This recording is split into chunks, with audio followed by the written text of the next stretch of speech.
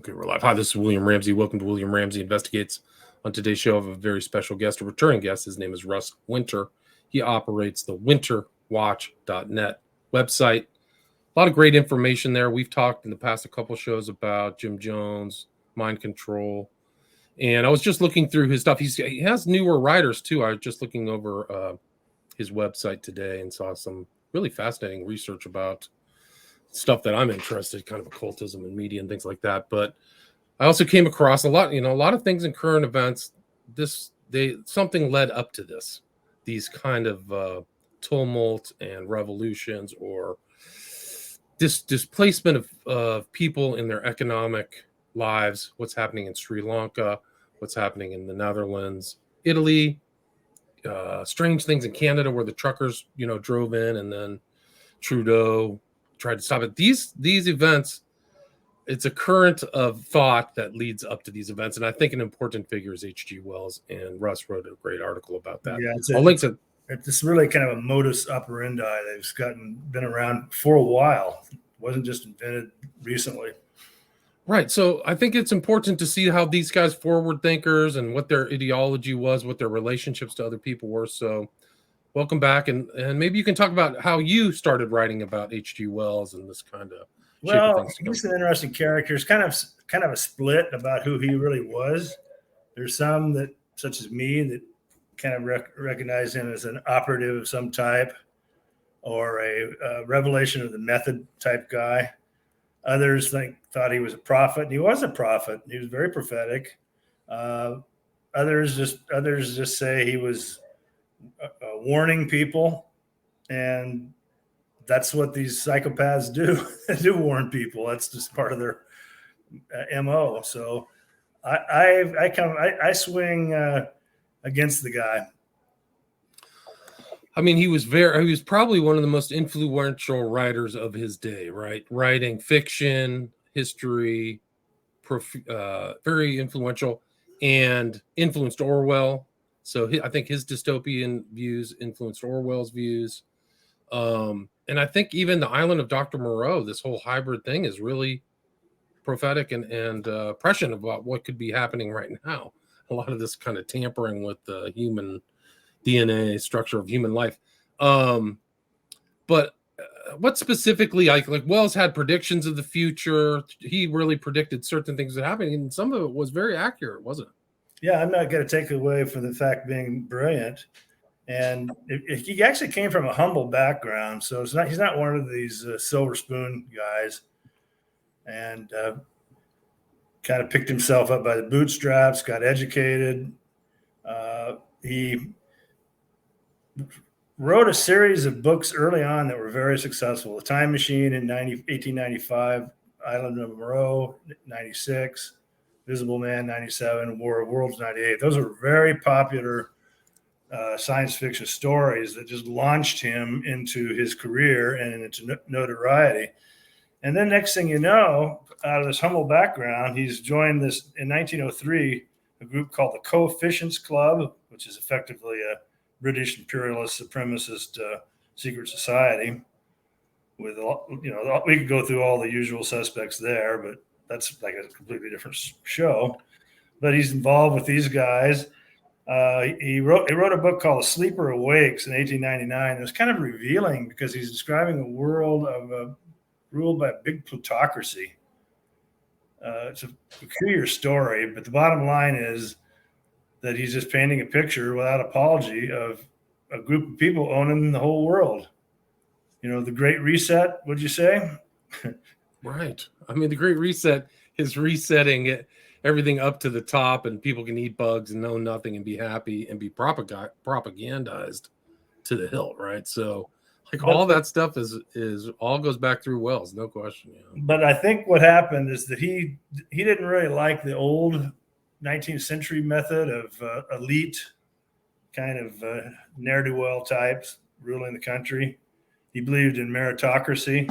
Unfortunately, his idea of meritocracy was trust the science. He was an original trust the science kind of guy, and so he wanted a technocracy. Right, he was a technocrat. I think he came earlier from a Christian, and then atheist, Darwinist worldview, right? Yeah, I think that was kind of his he background. wanted to replace the old order, and that's all understandable because it's just a bunch of dweebs running the country. He didn't like that.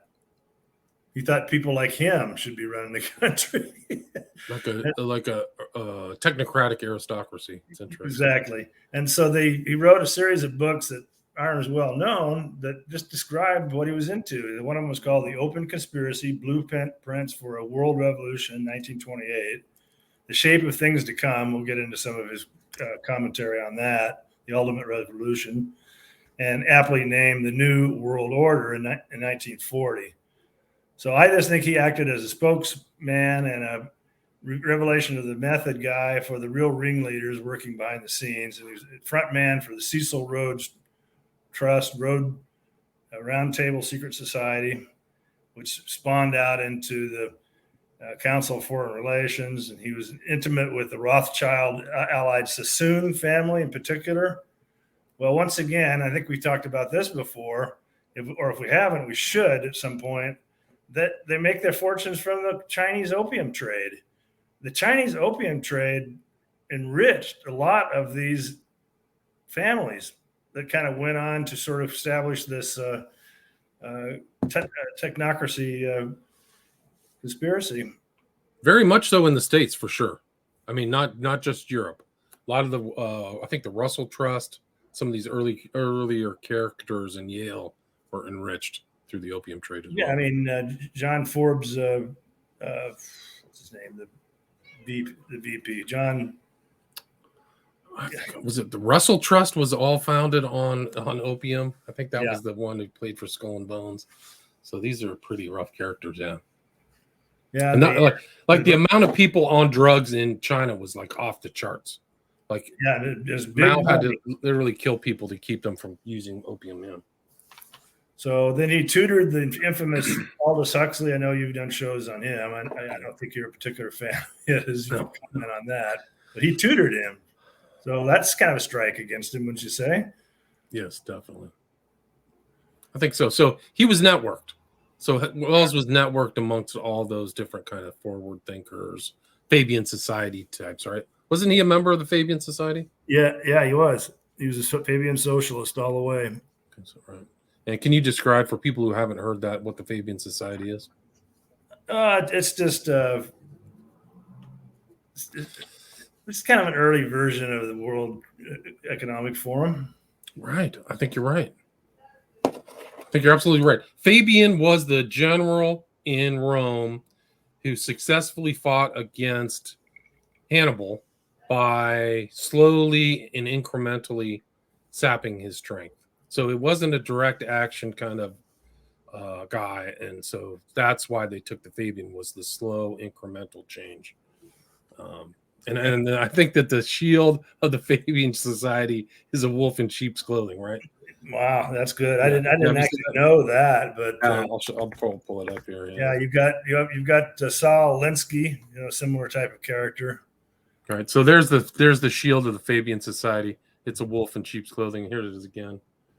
You can see it on the stained glass. There's like a wolf in sheep's clothing on the buckler in the center. Yeah. So he, in his book, The Shape of Things to Come, The Ultimate Revolution, he exhibited a particular fondness for the adjective illuminating. And illuminating is a real underrated term that flows through all these secret societies. And we'll talk, maybe, hope if we have time, we could talk a little bit about Nesta Webster, who used, they never use the term Illuminati. That's kind of like a misdirection to make people laugh at the conspiracy theorist. Ha ha ha, Illuminati. Join the Illuminati. I get spam messages all the time on that one. Right. But that whole idea of the illumined term flows through occultism because you're going towards that light. So that's it's not a Christian, Western, Catholic or Protestant term. It's something different. They use that term in different contexts. Yeah, and they're using secret handshakes, in-group references, cant language to reveal their presence to their cohorts and to befuddle the profane masses. The real black magicians. So He in the book, which I think is an important book that reveals him. We're introduced to the factual work of a Dr. Raven, a deceased friend of Wells and a member of the Genevieve Secretariat. The good doctor's worldview professes that a one world government is manifestly the only possible solution of the human problem. He then proceeds to prophesize the future. Wells' timeline was off, stretching further out into the future, but he definitely had the tenor of subsequent events. He doesn't look like a mere science fiction writer, but rather an actor privy to the plans of men with an interest in promoting the coming of the dictatorial world state. And Dr. Raven opines the evolution of communications and transportation has brought the human race into closer contact than ever before, adding that distribution and new services had fallen into the hands of powerful groups able and willing to crush out any inimical schools of public suggestion. They set about stereotyping the public mind. That's a direct quote from Wells. So he's getting in some pretty heavy stuff. This isn't just science fiction. Right. They know what they're doing. They're trying to achieve something, right? They're trying to shape the public. Yeah. So of course, these are the sort of men, and this is him again saying this. Wells even indicates the presence of conspiratorial factions behind the vast totalitarian scheme of a unified world order. And I don't think he's opposing it. He's just describing it. Right. And of course, these are the sort of men who in real life were cozy in London's exclusive clubs. And then he perfectly describes what we point out on my pages often: strange mystery men who were dimly visible through a fog of baffling evasions and misstatements, manipulating prices and exchanges. And I've kind of invented this new term that I call the turtle on the fence post about these people, these strange mystery men. And the question is, how did that turtle get on the fence post? It's an old Kansanism. Somebody put it there. Right. Like, why are we in these certain things today? Somebody put it there. Like, this is the things to come have been shaped, right? So, yeah, and you don't have to listen to me or you. This guy's writing about it. So another big obscure. Now this is what I like to do. I like to quote their own friggin' words coming out of their mouth. If people want to just keep dismissing this stuff, fine. But nobody's interested in what I have to say, but they should be interested in what this guy is saying about how the world is constructed. And then he goes on, another big obscure financial force in the war and post-war periods, Wells goes on, was the complex of giant private banking gangula, of which Morgan, Rothschild, Warburg, and Schiff banks and their associated firms were most central. This is further by what Wells described as uneven offshoots yet to come. That would be, the Trilateral Commission, the Club of Rome, Tavistock, Bilderbergs, United Nations, International Monetary Fund, World Bank. And then in terms of his prophecies, in this book, he nailed World War II pretty closely. He wrote that the war would begin in 1940 in Poland, and it would be about, he said there would be about an imagined slight taken by a Nazi over the actions of a Pole of Jewish origin. Well, that's not really what happened. It was basically ethnic grievances and disputes over territory. What's German and what's Polish. That's what that war was about. He characterized World War II as it was an orgy of world violence and has the fighting ending in 1949. And in another chapter called The Raid of the Germs, he writes that the post-World War II era would be about rampant disease, resistant viral strains, and persistent rumors about military engineering some of the same diseases. Well, I think that's what's going on. He nailed it. Yeah, nailed it. No question. It's incredible. Like, he's kind of got it right. And you can see these baking houses, they're still influential. This BlackRock, there's huge slugs of ownership, hidden ownership in these major corporations, at least in the United States, that they don't see through the ownership. It's amazing. Like, it's not these corporations aren't, you would think like, oh, they're spread out, the shareholders.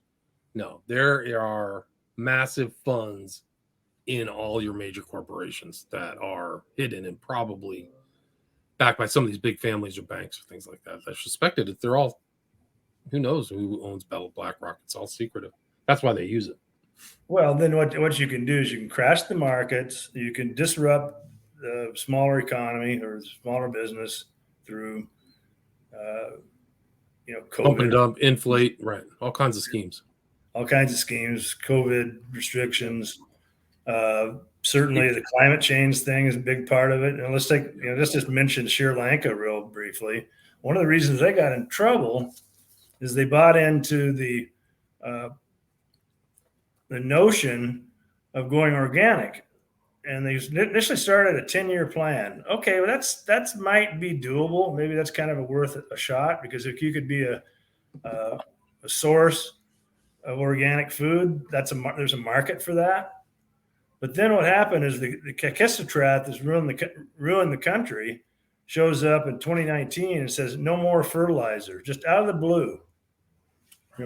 4 years into this transition that they were nowhere close to completing, he declared no more fertilizer. They export a lot of tea, so they lost a chunk of their tea market, a lot of their rice market, and forced a country that's, it's volcanic soil. They should have no problem whatsoever producing food. Super fertile. Sri Lanka's very, very fertile. Yeah. Yeah, that's the last country in the world who would have to kind of resort to borrowing from the IMF to import food and on an emergency measure, and that among other things kicked off the crisis there. It's a crisis for the government. The people understand it. I wouldn't be surprised if more of that happening. So all of these convoys, Canada, stuff like that, I think it would probably more of that will continue. Those types of things will continue. Yeah, and then we were talking going on the air about this land grab in the Netherlands, and there's blowback to it for sure.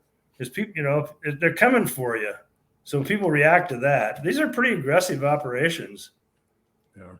But they justify it through their criminal schemes of saying, well, you got to do this because we're going to make you eat bugs and to save the planet. Well, that's a scam.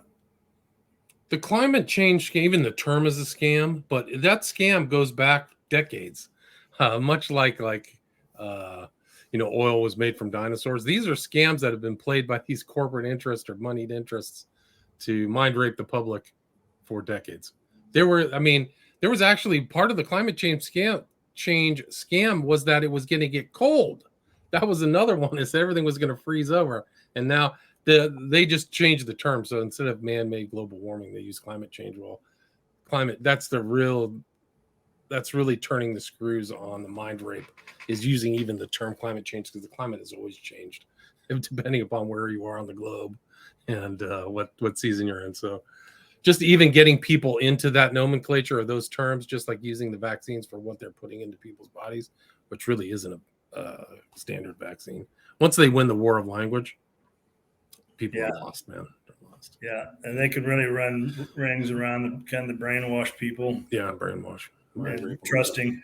But anyway, in Wells' scenario, after years of this war, disease, total disintegration of society, and he places the final breakup of the nation states. So they want to take down the nations. And America, he has a chapter called America in Liquidation.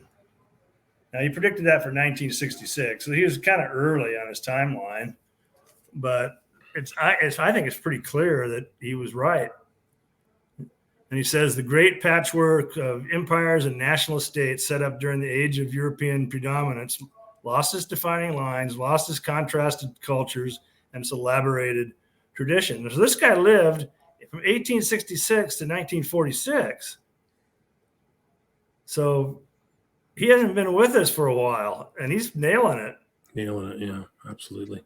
And the revolutionary nature, like you stated in this article, understood by few people other than its promoters. So people just are kind of going through their day-to-day lives, kind of like the days of Noah, married and giving in marriage and doing their thing, but not realizing they're they're being shaped. Some people have stuck their head up and gone, hey, something's wrong.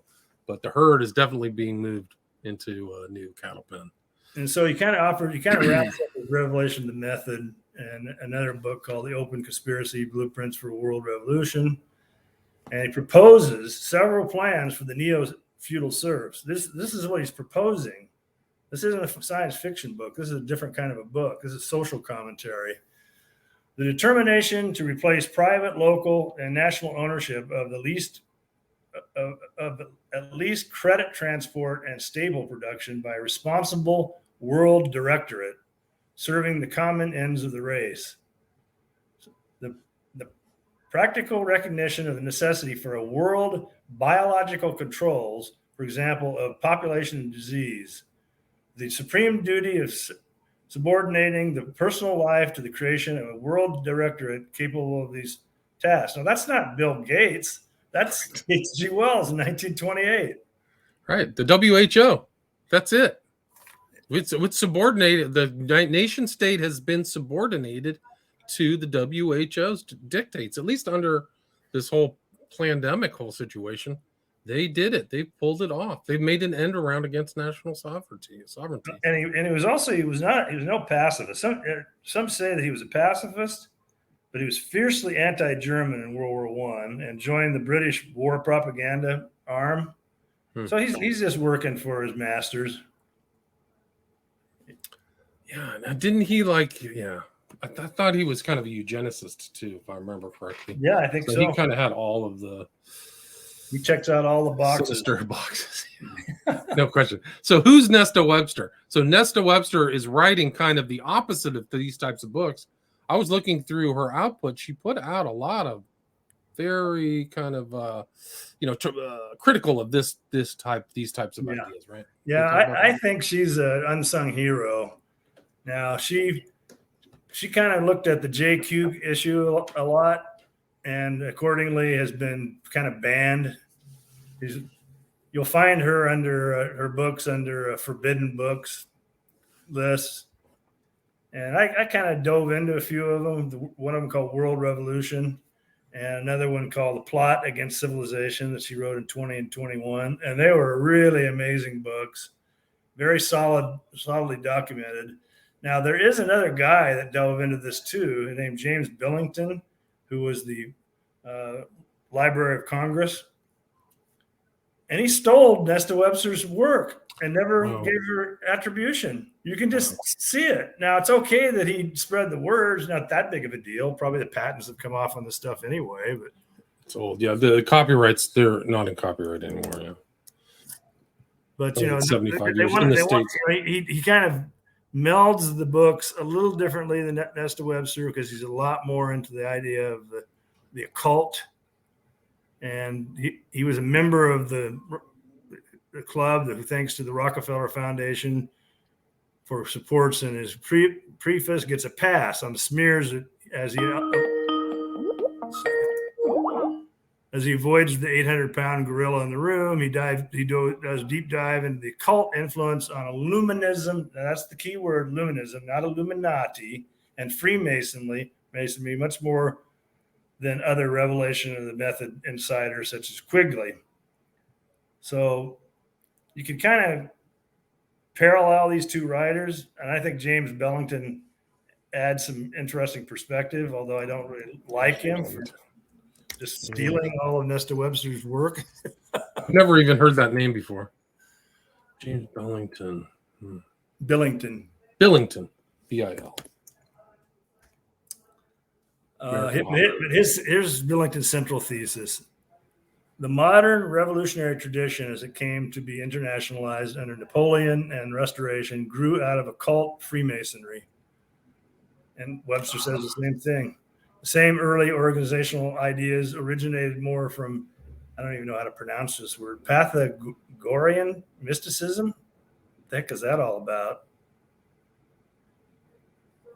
Didn't George Bush quote this book in one of his speeches? I think is his inauguration speech in 2004. Billington, right? Yeah, he wrote about the fire in the minds of men. I think it was in his speech, if I remember correctly. So he used Billington's words. Title, yeah, pretty sure.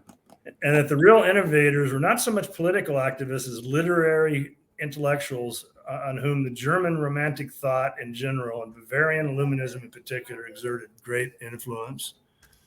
And so they kind of proposed, they took the ideas of Rousseau and Adam Weishaupt, the founder of Illuminism, and proposed a state of peacefully entered liberty and equality. But to accomplish this, it was necessary to root out all ideas of a hereafter, all fears of retribution for evil deeds, and to substitute the new religion of reason. The loosening of social ties follows, and both family and national life must cease to exist so to make the whole human race one good, happy family. Thus, family clans, localism, and nationalism is replaced with internationalism. I ask, sound familiar? Very much so. Here's the quote from Bush. This is his inauguration 2004. As hope kindles hope, millions more will find it. By our efforts, we have lit a fire as well, a fire in the minds of men. It warms those who feel its power. It burns those who fight its progress. And one day, this untamed fire of freedom will reach the darkest corners of our world. It's still the illuminated language, man. It's amazing. Yeah, right in front of everybody. That's how subtle these guys, Bush Jr. and Senior, were. Senior people have kind of figured out his 1991 speech, but this, once you know the ideology of the background of what he's saying, it's like he's like on Wells's path, on Wells's current.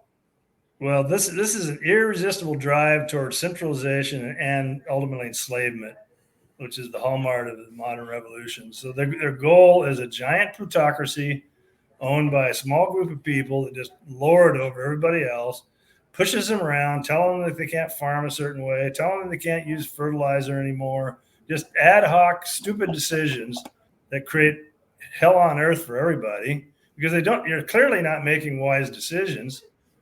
If these people really knew their stuff and they were truly versed in the science and the technocracy and really did good work, they'd have not that much of an argument for me. But it's the evidence is very clear that they're not performing and they never get fired. It's not like sports teams or coaches that get their asses fired. Fauci is like a plutocrat's lapdog. That's why he never gets fired, because he's making money for them, and it's incredible. He's probably kept that position because he's made money for the pharmaceutical company. He should have been fired for what he did for AIDS, but his longevity in his job is very telling. Very telling. All right. So when you read through Webster, did she specifically address the work of H.G. Wells? No, Did you come across that? I don't think so. Not that I saw. Kind of but they were both English, and I think that Nesta Webster was kind of a nationalist, British nationalist too. But it says she wrote about fascism, but it hadn't received the effects of fascism and the dark side of it wasn't perceived until the late 30s or 40s. So at one point it was like seen as a solution, but once they realized I think she kind of thought as a counterbalance to this Illuminism, unfettered Illuminism. It had to be something. You have to have something to kind of counter this. Right. So, I mean, H.G. Wells was really an incredible figure from all of the stuff that he's written and all his connections and the people who kind of carried on his stuff. Like his fiction was almost kind of like something from Michael Crichton, where he's putting his ideas into that fictional narrative. You know what I mean? Like Crichton wrote about medical experimentation. He wrote about, genetics with the dinosaurs. He covered a lot of interesting topics, but he was definitely drawing off his medical knowledge. And I think that this guy is doing kind of the same thing. Yeah. So another thing I kind of picked up from Webster and Billington is the whole Masonry concept, because at the time I read these books, I was kind of going, well, what's the problem with Freemasonry? It's just a group of men, socializing. but they really dug that apart as a cultic type of secret society, revolutionary mission. And so, including the being architects of building the new society. So you always got to rebuild. Right. Build back better. What the heck is Right. that? That's totally Masonic, right? Yeah. That's Luminism, Masonic, definitely. Yeah. It's like building. It's like because the masonry is you're building the bricks, right? That's it. So you're building back better, and ashlar and all that other nonsense and stuff. Oh yeah. Yeah, and when you read these works of these, they're both dead. They're no longer alive. They're very informative about what you're hearing today. It just blows my mind. Yeah, really These books, The Plot Against Civilization by Nesta Webster, really influenced me. Some would say, well, that's what's turned you into a crazy conspiracy theorist. Well, read the dang book before you become a big critic, because I'm taking it out of the words of these men, H.G. Wells or whoever. Right. No, I mean, you can see it happening. It's just like you said, who put the turtle on the fence post? You can see it happening. Like I've heard people in Canada say that Trudeau was installed. Like that vote, the vote that installed him was fake, and his popularity doesn't justify the vote that he got because he's not popular. Like there's correlations. The same thing. Like I mean, how's he even Biden? It doesn't make sense. Like he's not popular. What? Yeah, how they even stay in power now? Right. Like Biden's not popular, but he got 80 million, so-called 80 million votes. Right. Like you're saying that 1/3 of the people in this country, or whatever it is, I don't know what the population is now, 400 million probably. But you're saying that 1/3 of the people got off their butts and went and voted for Biden? Like that's comical. Well, it'd certainly be comical now after he's been in office for a year and a half. It's even worse. Yeah. Well, I'm expecting the censorship and everything will happen. The problem with that one is they set it up with having Trump, who's a big lightning rod for a lot of opposition, and creating this Hegelian dialectic that got Biden over the top, cheating. Yeah, you're right. Yeah, absolutely. I mean, I think they caricatured him enough to freak people out. I live in the People's Republic of California, and you talk to people out here. They really think that he was like a Hitler figure. It's really funny. I always thought of Trump as kind of like a buffoon, but some people really took him seriously. I was like, really? Right. Anyway, now they got Biden and Kamala Harris. Yeah, she's terrifying. They're terrifying. Yeah, how does the popularity for Trudeau is 8%? How can he even maintain power? Now they kicked Boris Johnson out because he was kind of a buffoon. It looks to me like they're just going to bring in somebody even worse. It's real. I mean, I don't know how they can hold on to power. These people, the global oligarchy. I don't know how they can do it because nobody likes them. They're not having policies that benefit the people. They're trying to put the screws on them. The inflation, the handling of COVID, the manipulation of probably the virus and the outcome. So we're in incredible times. I mean, they really are incredible. Like I think this whole war is just totally fake too. It's unnecessary, at least for the Americans. I don't see any. The only necessity is really for the ruling elite, and the consequences of the fertilizer stuff and the cost going up will be felt probably the fourth quarter of this year, and people are going to just go. Yeah, what a coincidence! We just have a war with two or three countries involved that are leading fertilizer companies. Yeah, that's just a big coinky dink. Yeah, no kidding. Yeah, so it's interesting to see all that. So have you read Secret Societies and Subversive Movements? The book I read was The Plot Against Civilization and World Revolution. Gotcha. And they're big books. She starts repeating a little bit, but she brings in new characters to kind of cover continually. She covers the French Revolution, the 1848 revolution in Europe, 1871 revolution. It kind of goes through the characters. It ties them together as part of this Illuminism network.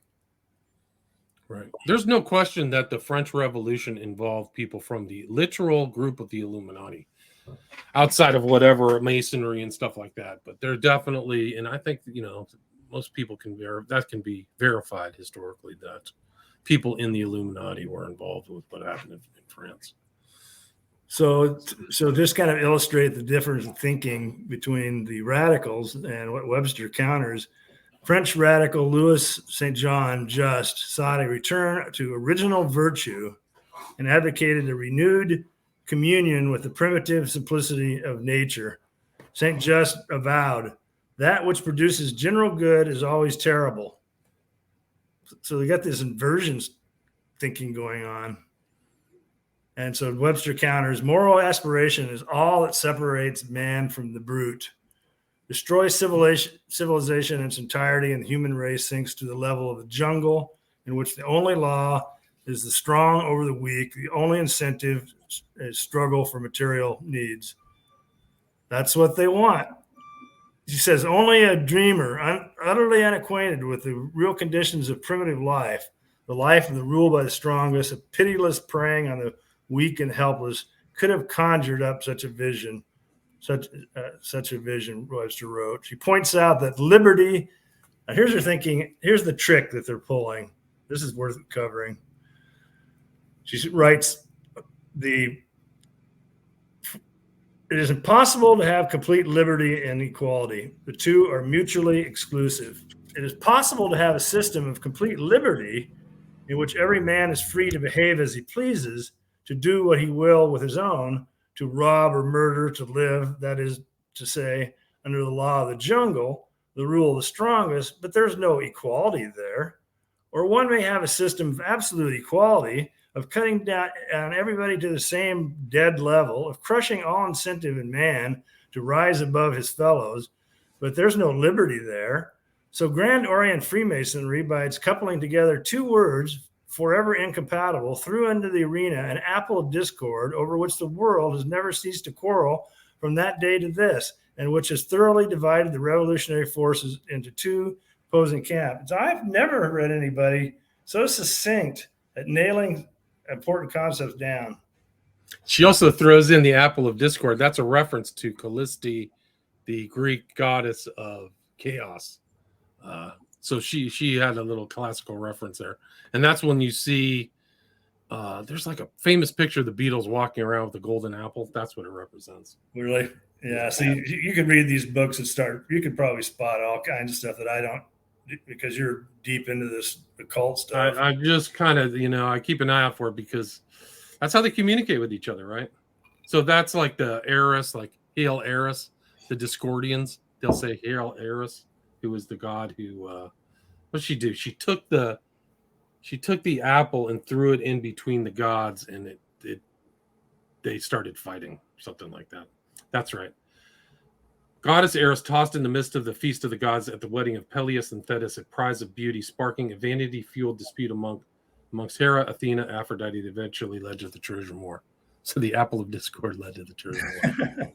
They love the apple of discord. Yeah, so you'll see it around. You'll see it around in certain things. I know that, like, the Beatles have carried it, You'll see people carrying it around at times. You'll see it in different places and times, and I think the Discordians use this symbol. This is a Discordian, yeah. Hail Eris. That's a Discordian thing. Anyway, somebody has thrown the apple out in our time, so I think all that stuff from Wells applies. What have you been working on, and where can people find your stuff, Russ? Well, the site is winterwatch.net. I'm kind of doing a lot of reruns. I've written a lot of stuff in the past, and I'm just rerunning because I'm not quite as prolific. I'm kind of sick, dealing with some health issues. But you can find it there. I'm doing podcasts. I like doing podcasts.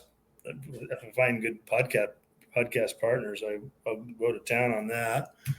So Who's Torchy Blaine? This is a new writer for you, right? She's been with me from the beginning. She actually kind of designed the site. Oh wow! The look of the site she put together kind of by scratch, by osmosis. Wow, this is an interesting article. This culture in decline. I've never heard of this guy, but I learned stuff from other people too. So I just added this to my reading list, so there's a lot here. That one's up your alley. Definitely. There's no question. These are all kind of stuff like you've done a lot of stuff with Robert Phoenix, James Fetzer. I have to give me his contact. Apparently he's the guy.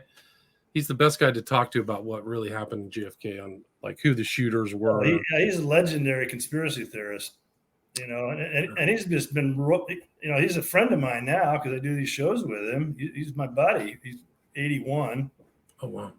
And the Sandy Hook posse dragged him into a Star Chamber court up in Wisconsin and nailed him with a $500,000 libel suit. That's crazy.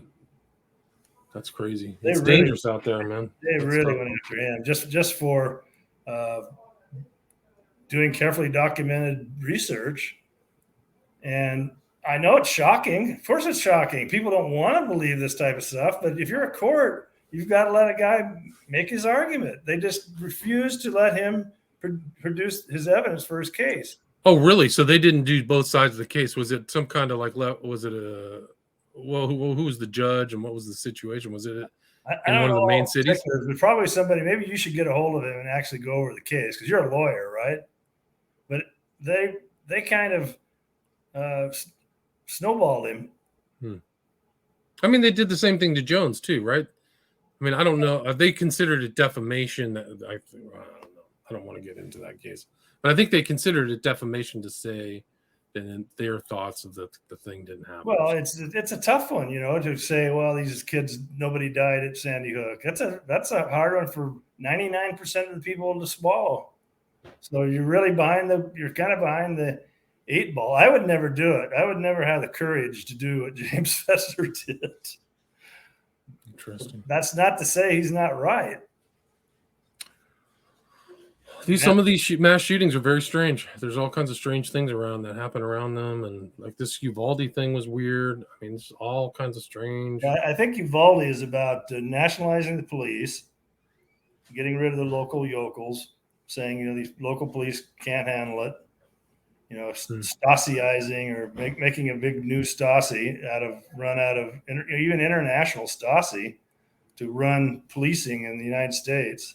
And the other objective is pre-crime, giving them the ability to just snatch people up that they perceive as a threat. So the fact that there are real threats out there, they exist, but the protections arise in having to actually commit a crime. That's kind of how things have worked for thousands of years. Right. No, it's very strange. And I saw this video this week of like cops going around to people's houses to justify or confirm that they had guns. I've never seen anything like that in my life. I was like, well, this looked real. I mean, I think it's real, but what are the police doing going to people's houses?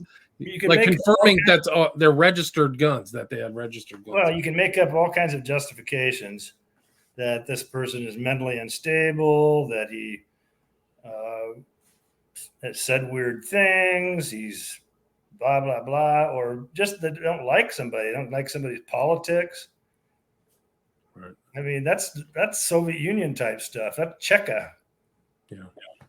No, there's a very unsettling creep in a lot of these things that are happening that I've never seen in my lifetime. So it's very, very unfortunate. So people go check out Russ Winter at winterwatch.net. You can see a lot of his different articles. He's done great research on MK Ultra, mind control, so many of these other articles. I mean, how long have you been writing for now? Oh, I started 2016. 2016. So now the output has been I kind of got in my groove a couple of years later, say 2018. Yeah. You've done a lot of really good journalism work. Hopefully you can disperse this and not get censored. So exactly. People go check out Russ at Russ Winter or at winterwatch.net. Is there anything you'd like to add or anything I missed before we wrap it up? No, that's good. Thanks for having me back. All right. Take care. Yeah. Cheers. Bye. All right. Don't go anywhere.